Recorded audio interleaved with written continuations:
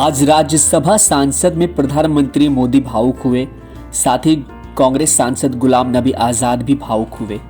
समय था इनके कार्यकाल पूरा होने का। अब ये राज्यसभा में नहीं दिखाई देंगे। आज का दिन जो है पूरी तरीके से गमगीन भरा रहा। हर पक्ष और विपक्ष के लोगों ने जो है एक दूसरे के साथ बात करते हुए जो है आज के इस दिन को कांग्रेस सांसद गुलाम नबी आज़ाद के नाम किया और एक प्यार से इन्होंने इनकी विदाई की। और यहीं पर जो है कांग्रेस सांसद आज़ाद ने साथ ही साथ प्रधानमंत्री नरेंद्र मोदी ने जो है अपनी दोस्ती का भी जिक्र किया, जिसमें उन्होंने शुरू से लेकर के अब तक जिस भी जगह पे मुलाकात हुई थी उन लोगों की, उसके बारे में जिक्र किया। क्या कुछ कैसे रहा गुलाम नबी आज़ाद का कार्यकाल और किस तरीके से उन्होंने अपनी ये सारी बातें आज राज्यसभा में शेयर की, इस वीडियो के माध्यम से आइए जानते हैं। सर, आपने, माननीय प्रधानमंत्री जी ने, माननीय डिप्टी चेयरमैन साहब ने और मेरे जितने भी यहाँ साथी हैं, उस तरफ के या इस तरफ के, सत्ताधारी पार्टी के या विपक्ष, और विशेष रूप से आपने और माननीय प्रधानमंत्री जी ने जिस तरह से भावुक होकर मेरे बारे में कुछ शब्द बताए, मैं बड़ी सोच में पड़ गया कि क्या कहूं।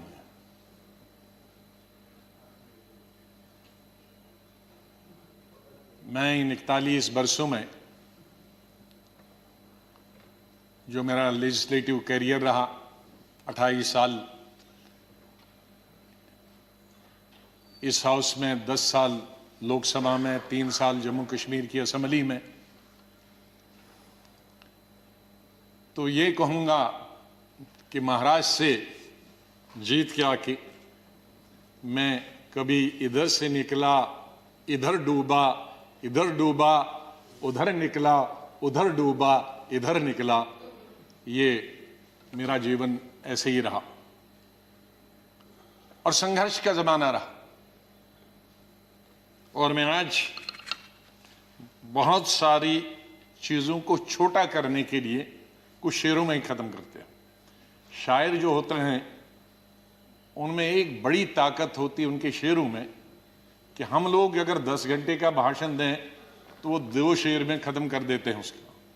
तो मैं उसका फायदा उठाना चाहता हूं, वरना अगर मैं इतने 41 साल के इस अनुभव को अगर कहना चाहूंगा तो बहुत समय लगेगा, कई हफ्ते महीने लगेंगे। लेकिन शुरू में करूंगा जिस बात से मैंने पॉलिटिकल कैरियर शुरू किया है, स्टूडेंट लाइफ। और कश्मीर में, जम्मू कश्मीर में मेरा, हालांकि मैं जम्मू से हूं, लेकिन मेरा डिस्ट्रिक्ट में, शमशेर सिंह जी जानते हैं, मुस्लिम मेजॉरिटी डिस्ट्रिक्ट, उसका असर कश्मीर का ज्यादा होता है, जम्मू का कम असर पड़ता, विशेष रूप से मुस्लिम्स में। और उसके बाद कॉलेज और यूनिवर्सिटी तो मैं कश्मीर में ही पढ़ा और गांधी को पढ़ता था मैं, नेहरू को पढ़ता था, मौलाना आजाद को पढ़ता था, इन 3 की। तो जो मैंने सीखा है देशभक्ति का स्कूल से लेकर, और वो देशभक्ति आज उन नौजवानों की नजर में जो सियाचिन में है, जो जम्मू कश्मीर में कई दशकों से है, ठंड में है, बर्फ में है, उनके नाम से शुरू करता हूं मैं। खून की मांग है इस देश की रक्षा के लिए, खून की मांग है इस देश की रक्षा के लिए, मेरे नजदीक ये कुर्बानी बहुत छोटी है, दे दो।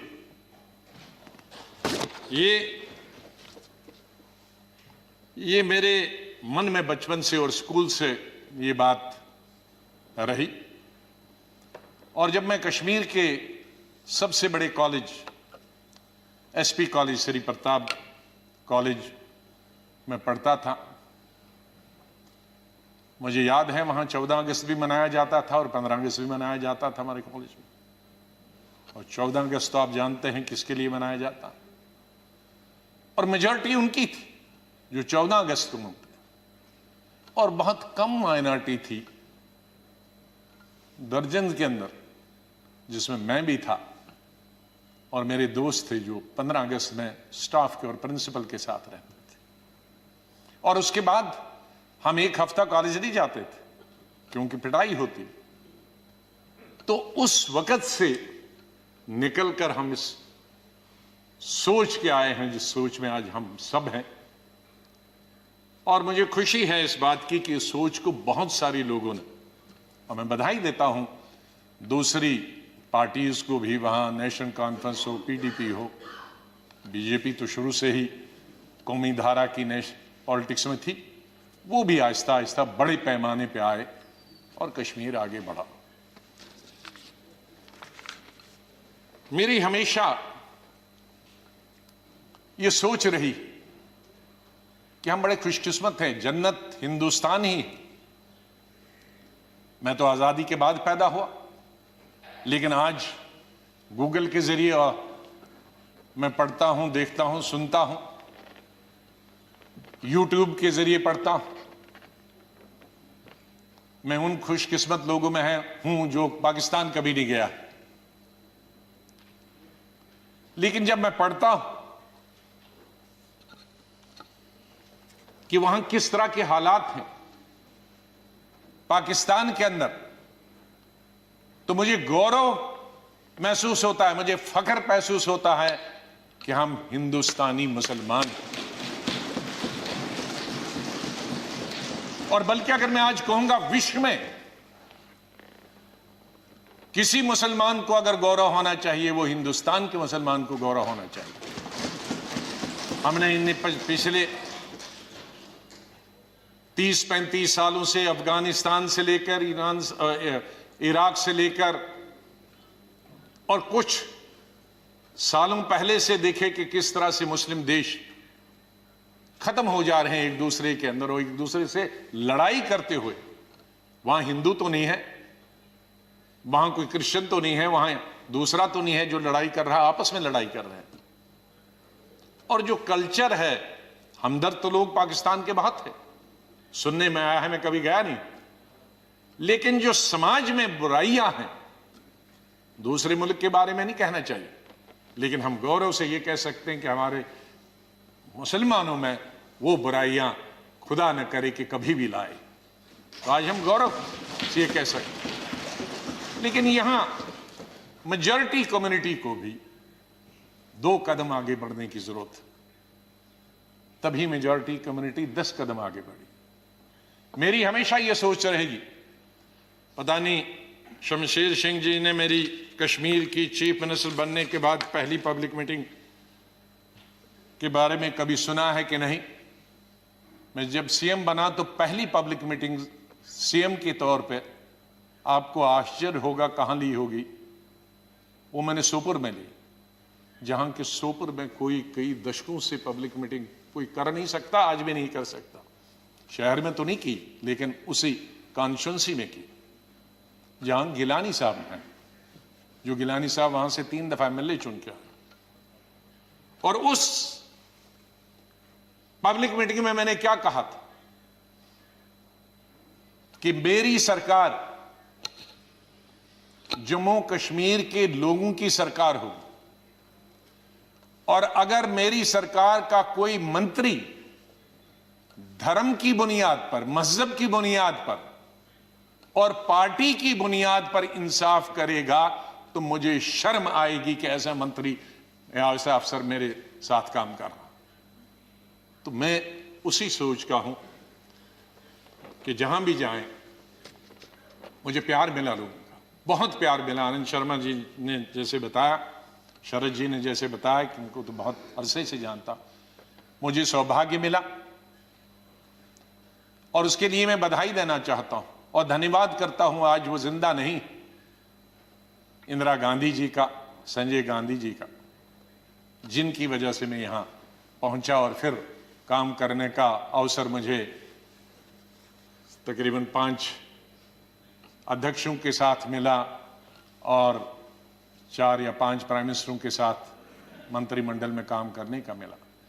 लेकिन अवसर ये मिला कि मैं हिंदुस्तान के सभी 35-36 यूटीज और स्टेटों का इंचार्ज करने का अवसर मिला। तो आज मेरे दोस्त, भाई, बहनें, मैं ये कह सकता हूं कि अंडमान से लेकर और लक्षद्वीप तक और कश्मीर से लेकर कन्याकुमारी तक, सिक्किम से लेकर गुजरात तक, ये बहुत एक चीज कमाई,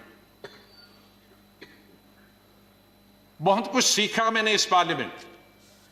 मुझे अवसर मिला पार्टी के जनशक्ति या मंत्री के रूप में, वो इंदिरा जी के वक्त में मिला, राजीव जी के वक्त में मिला, सोनिया गांधी जी के वक्त में वो अवसर उन्होंने मुझे प्राप्त कराया, राहुल गांधी जी के वक्त में, और मुझे शायद बहुत सारे कम लोगों को ये अवसर प्राप्त हुआ होगा कि जो अपनी उम्र से दुगने के लोग थे और बड़े लीडर थे, उनके साथ पार्टी की तरफ से मीटिंग करने का मौका मिला और पार्टी के साथ कई नेगोशिएशन करने का मौका मिला। उनमें ज्योति बसु जी थी, करुणानिधि जी थे, जयललिता जी के साथ मैंने अलायंस किया, करुणाकरण जी थे, चंद्रशेखर जी थे, देवीलाल जी थे, मुलायम सिंह यादव जी थे, प्रकाश सिंह बादल जी से अलायंस तो नहीं किया, लेकिन कई चीज़ें, जब मैं मिनिस्टर ऑफ स्टेट होम था तब कई मीटिंगें हुई। मैं जब देखता था implementation of Punjab accord, Assam accord, ये देखता था। IK गुजराल साहब से, शुभू सोरेन जी से, शाहब तंगल जी से, मुपनार जी से, फारूक साहब से, मुफ्ती साहब से, ये सब लोगों के साथ कई दफा, और यही वजह है कि यहां भी उसी तरह से मैंने चलाया। 3 प्राइम मिनिस्टरों के साथ मैं पार्लियामेंट्री अफेयर्स मिनिस्टर रहा। मैं उस बात को भूल नहीं सकता कि इंदिरा जी, फोतेदार जी और हमें बताती थी, फोतेदार जी पॉलिटिकल सेक्रेटरी थे, मैं यूथ कांग्रेस का प्रेसिडेंट था, कहा जरा अटल जी से भी संपर्क में रहा करो। बीजेपी ने, उन्होंने कहा अटल जी से संपर्क में रहा करो। तो वो इस सोच की थी। बाद में राजीव जी जब प्राइम मिनिस्टर बने तो उन्होंने कहा भाई अब विपक्ष के जो लोग हैं उनके पास तो 2 MLA MP हैं, हमारा इतना बहुमत, उनको भी तो अपनी कॉन्स्टिट्यूंसी का काम करना होता होगा, उनसे भी जरा पूछा करो।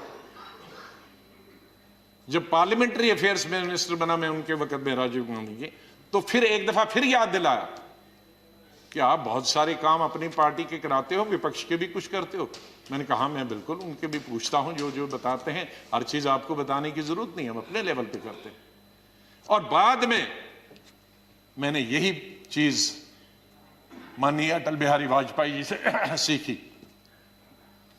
5 साल 91 से 96 तक मैं पार्लियामेंट्री अफेयर्स मिनिस्टर रहा और भी पोर्टफोलियोज थे मेरे पास। और अटल जी विपक्ष के नेता रहे, हमारे पास बहुमत नहीं था और अलायंस भी नहीं था, माइनॉरिटी गवर्नमेंट थी। और उस माइनॉरिटी गवर्नमेंट में अटल बिहारी जी वाजपेयी जी विपक्ष के नेता हो, यह हाउस चलाना कितना आसान मुश्किल हो सकता। लेकिन मैं कहूंगा कि सबसे आसान हाउस चलाना उन 5 साल में मुझे अटल जी की लीडरशिप हुआ। और उनसे सीखा मैंने कि किस तरह से हल निकाला जा सकता, विपक्ष की भी बात रहे और सरकार की भी बात रहे। मैंने अपने LOP के जमाने में ये कोशिश की कि हम यहां आए हैं, लोगों ने हमको चुना है कानून बनाने के लिए, लोगों ने हमें चुना है कई मसलों का समाधान निकालने के लिए, हल निकालने के लिए, उनकी मुश्किलात, उनके लिए रोजगार पैदा करना, एम्प्लॉयमेंट करना, डेवलपमेंट करना, विकास करना, सड़कें, नहरें, स्कूल, कॉलेज, अस्पताल बनाना, बिजली पैदावार करना। तो अगर हम हर वक्त ये आपस में ही लड़ते रहे, झगड़ते रहे और वो कानून पास नहीं होंगे तो लोगों का विश्वास हमसे उड़ जाएगा। इसलिए जब भी मैं अपने साथियों को भी समझाता था कि इसको मिक्स करो, एक आध दिन विरोध दिखाओ एक आध दिन झगड़ा करो और बाकी दिन डिस्कशन करें। ये मैंने हमेशा प्रयास किया अपने। मैं धन्यवाद करता हूं हमारे उस तरफ के भी साथियों को जिन्होंने, और इस तरफ के सभी लीडरों को जिन्होंने उस प्रयास में पूरा अपना सहयोग दिया।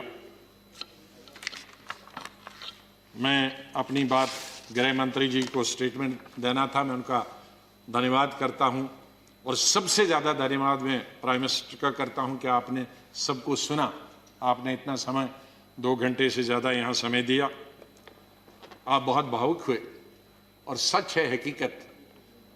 अगर सच बताएं सर, मेरे माता पिता की जब डेथ हुई मेरे आंखों से आंसू निकले, लेकिन मैं चिल्ला के रो नहीं पाया। मैंने जिंदगी में सिर्फ चिल्ला के रोया। और जब रोता है इंसान तो वो कोई चिल्ला के रोने के लिए तो आपको आर्टिफिशियल होने की जरूरत नहीं। वो थी पहली संजय गांधी की मौत, इंदिरा गांधी की मौत, राजीव गांधी की मौत। अलग अलग जगह थी क्योंकि तीनों मौतें अचानक हो गई थी। शायद अगर नेचुरल मौत होती तो वो चीख नहीं निकलती। और चौथी थी जब सुपर सुनामी आ गया था उड़ीसा में 99। मैं हॉस्पिटल गया अपने पिताजी को दिखाने के लिए और उन्होंने कहा कि इनको गैलेपिंग कैंसर है। मुझे तब तक ये गैलेपिंग कैंसर का नहीं, कैंसर मालूम, गैलेपिंग। तो मैंने पूछा इसका क्या मतलब हुआ कि ज्योग्राफिकल रेशो से बढ़ता है, 2 का 4, 4 का 8, 8 का 16, 16 का 64, जो बढ़ जाता है। और इसकी अपर लिमिट है 21 दिन। तो 21 दिन आप कहीं मत जाओ। दोपहर को मैं ये लेके आया और सुबह हमने प्रोग्राम बनाया कहीं जाने का, इनको घुमाएंगे। मिसेस गांधी का शाम को फोन आया कि वहां साइक्लोन है, कोई दूसरे जनरल सेक्रेटरी हैं वो जाना नहीं चाहते और तुम ही जा सकते हो। अब मैं उनको कहता कि मैं, अगर मेरे डॉक्टर ने ये कहा है तो कहेंगी बहाना कर रहा। तो मैं अपने पिताजी को छोड़कर मैंने कहा 2 दिन में वापस आऊंगा। गुजरात के, ये उड़ीसा के लोगों के लिए एक नई बात कहता हूं क्योंकि इसका लुल्लू इसका गवाह था, वो इस दुनिया में नहीं रहा। हमारे कांग्रेस का यंग लीडर था, यूनुस, बहुत हाउस होल्ड नेम है आज भी। उड़ीसा जब एयरपोर्ट पे पहुंचा तो 1000 आदमी था, लड़के। तो कहा सर पैदल चलना है क्योंकि सारे पेड़ जो हैं, शहर पानी में है और सारे पेड़ सड़कों पर है, तो ये 10-12 किलोमीटर पैदल चलना। चले हम। तो सबसे बड़ा काम क्या था पहला, और मिनिस्टर कोई नहीं, चीफ मिनिस्टर भाग गए थे, मिनिस्टर भाग गए थे, कोई एडमिनिस्ट्रेशन, कोई। दुकानें तोड़कर मैंने उनकी लिस्ट बनाई पुलिस की मदद से कि उनको पैसे देंगे बाद में। हमने हथियार लिए जंगल काटने के 3 रातें और 3 दिन। और अटल जी से जाते ही मैंने फोन पे संपर्क किया, अटल जी प्राइम मिनिस्टर, कि ये स्थिति है और हम सड़क तैयार करेंगे, तब आप आइए ताकि हम वहां समंदर तक पहुंच जाएं। 3 रात और 3 दिन हम तकरीबन 1000 लड़के यूथ कांग्रेस के मैंने लगाए काटने में और सड़क। फिर पीएम को फोन किया, फिर वो हेलीकॉप्टर से आए, फिर उनसे राशन मंगाया, फिर उसके बाद मैंने सोनिया गांधी जी को कहा। तो और वहां मैं रोया जब मैंने लाशें देखी, सैकड़ों लाशें तैर रही थी जब हम समंदर के किनारे तक पहुंचे। वहां मैं चिल्ला के रोया। वो 4थी दफा था। और 5वीं दफा जिसका उल्लेख माननीय प्रधानमंत्री जी ने किया और वो भावुक हुए। मैं 2005 में जब चीफ मिनिस्टर बना नवंबर में, और मई में जब दरबार कश्मीर में खुला तो मेरा स्वागत गुजरात के मेरे भाइयों और बहनों की कुर्बानी से हुआ। मैं अभी 2 ही दिन पहले पहुंचा था, तो वहां स्वागत करने का मिलिटेंट का यही तरीका था कि आप हत्या करो गरीबों की तो वही स्वागत होता। उसका मतलब था कि हम हैं, इस गलतफहमी में न रहना। निषाद बाग जो कि राजभवन के साथ, वहां बस से उस पर लिखा था गुजरात की बस, उसमें हमारे तकरीबन 40-50 गुजरात के हमारे भाई बहनें टूरिस्ट, उस पे उन्होंने ग्रेनेड लगाया और मेरे ख्याल में दर्जन से ज़्यादा लोग वहीं हताहत हो गए और कई जख्मी हो गए। मैं फौरन तुरंत जगह पे पहुंचा, लेकिन तब तक पुलिस ने वो हटा दिया था। फिर मैं जैसे माननीय प्रधानमंत्री जी, इन्होंने भी डिफेंस मिनिस्टर से बात की, मैंने प्रधानमंत्री जी से बात की, जहाज आया मी-8 उनको लेने के लिए। लेकिन जब मैं एयरपोर्ट पे पहुंचा तो जाहिर है सिक्योरिटी वाले कहते हैं कि सीएम आ रहे हैं, सीएम आ रहे हैं। तो एयरपोर्ट पे ये सब जाने के लिए तैयार थे। हमारे जख्मी भाई, छोटे छोटे बच्चे। तो जब मैं एयरपोर्ट पे पहुंचा तो इन बच्चों ने, जिसका किसी का पिता मर गया था, किसी की मां मर गई थी, वो रोते रोते मेरे टांगों से जब लिपट गए तो मैं जोर से मेरी आवाजें निकल गई, ये खुदा ये क्या तुमने किया। मैं कैसे जवाब दूं इन बच्चों को, मैं कैसे जवाब दूं उन बहनों को जो यहां तफरी के लिए आए थे, सैर के लिए आए थे, और आज मैं लाशें लेकर इनके हवाले कर रहा हूं उनके माता पिता की। तो ये भावुक होने की जरूरी बात है। आज हम ये अल्लाह से, भगवान से यही दुआ करते हैं कि इस देश से मिलिटेंसी खत्म हो जाए, इस देश से आतंकवाद खत्म हो जाए।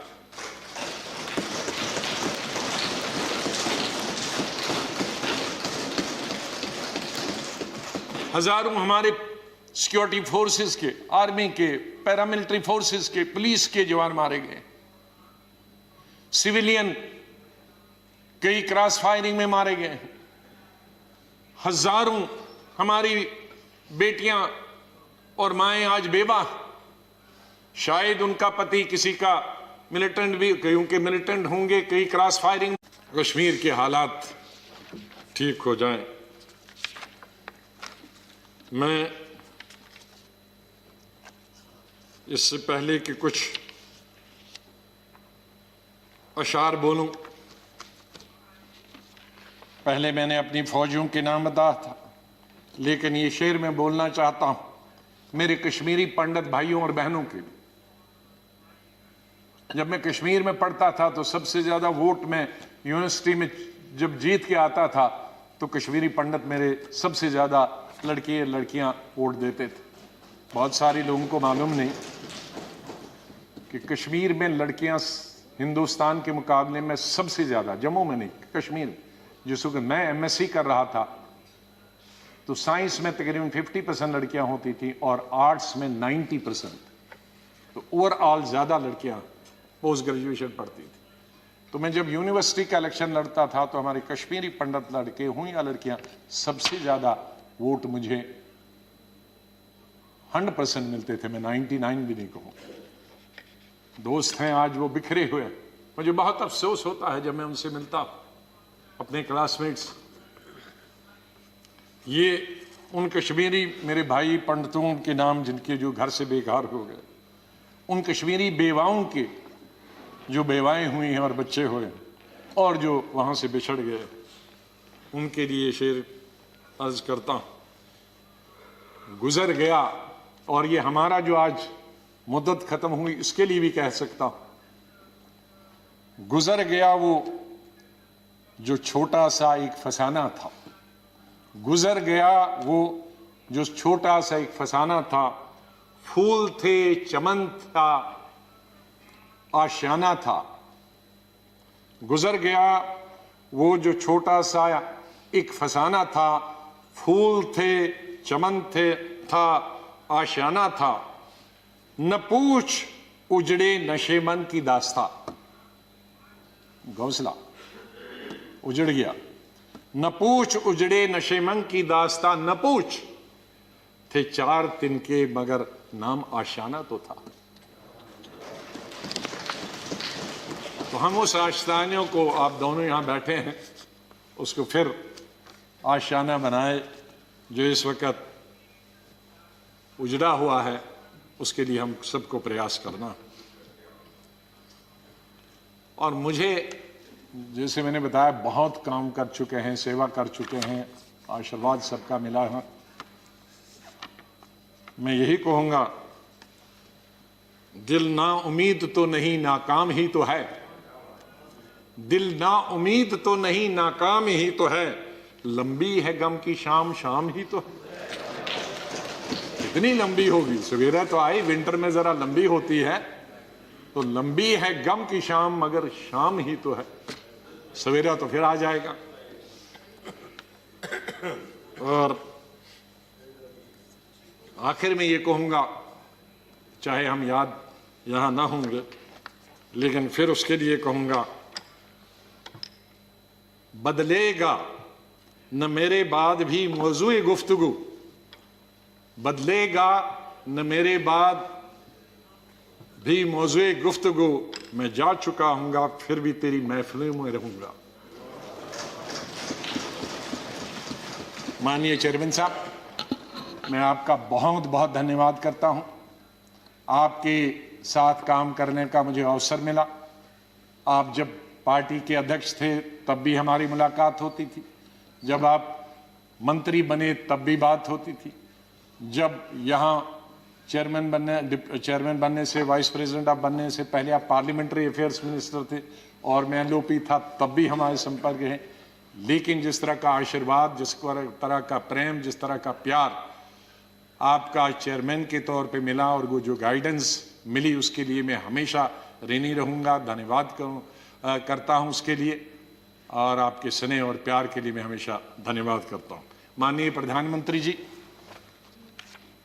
कई दफ़ा टोका टोकी हुई और आपने कभी बुरा नहीं माना। एलओपी के वक्त में बड़ी बड़ी लंबी स्पीचें आपकी हुई, मेरी हुई, खास करके राष्ट्रपति के अभिभाषण पर, उसमें लंबी तकरीर होती थी। कभी हम कुछ एलओपी की जिम्मेदारी करते थे, लेकिन आपने व्यक्तिगत तौर पर उसे कभी अपने खिलाफ नहीं दिया।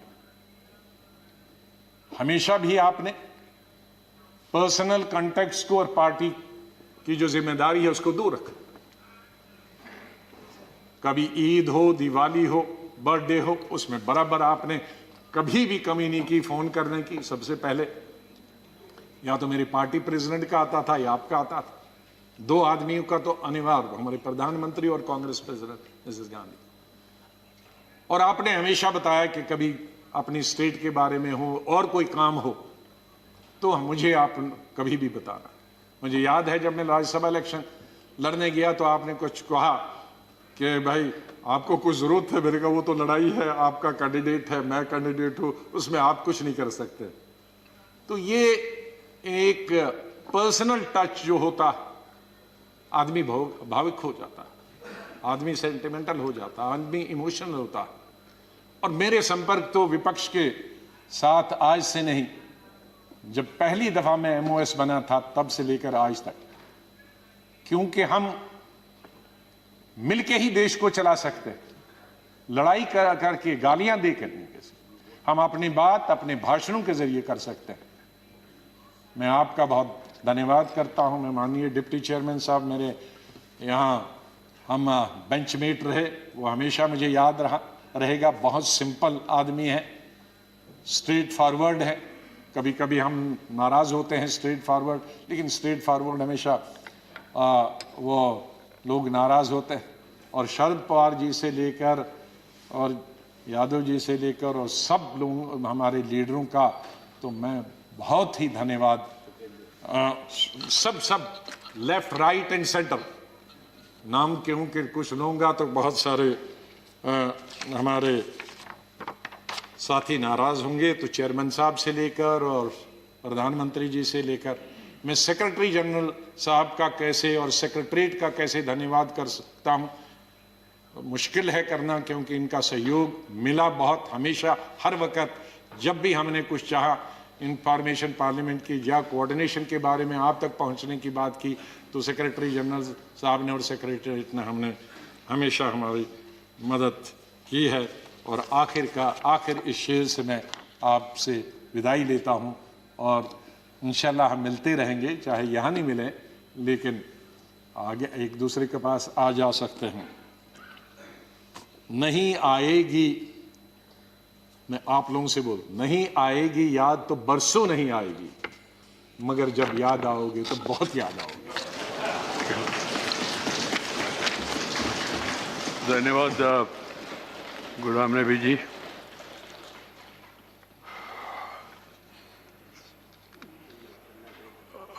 Friends, we have another important